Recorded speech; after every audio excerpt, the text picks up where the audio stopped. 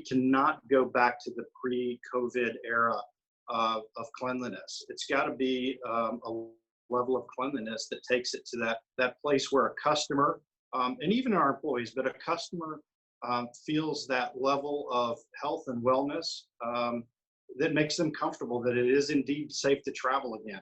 You know, what we have got to do is we've got to make sure that a customer feels like they're walking into a facility or on board an aircraft, and that it has been cleaned personally for them, and that their experience is one where, you know, at the end of their journey, they've got positive impressions about it, but it's really is important is that they never worried about their health and wellness. That is really front and center. The most important thing that I can accomplish in this role is that people get done with their journey and they weren't concerned, they didn't think about it, didn't even come to mind about the facility or the aircraft being clean. And if we can accomplish that, and then we can encourage our partners in transportation and hotels to do the same, I think we build that level of confidence back in the customer and they return to travel. Because this is where our customer spends the most time with us along their travel journey, is on the aircraft. And so this is where we will pay particular attention. And of course, we will use that tool to assess how well we are cleaning post-cleaning event. So once we go through the electrostatic spraying on every aircraft after every flight, and then we do the deep clean and the wipe down of all those high touch areas, and we clean and do a deep clean of the lavatories and the galleys, then the audit team will come on board and they will assess, not just through the eyes, about the cleanliness of the aircraft, but they will use a tool to really give us good data around how well we're cleaning the aircraft.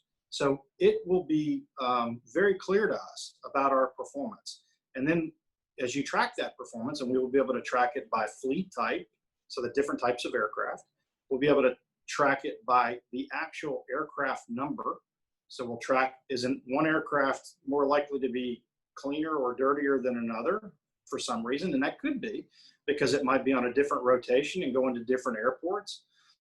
We will track our suppliers who are doing the cleaning out there. And so we'll know how a station is performing versus another station, as an example. This will all help us to be able to drive a level of improvement and to that Delta standard that always gets us to where we want to be.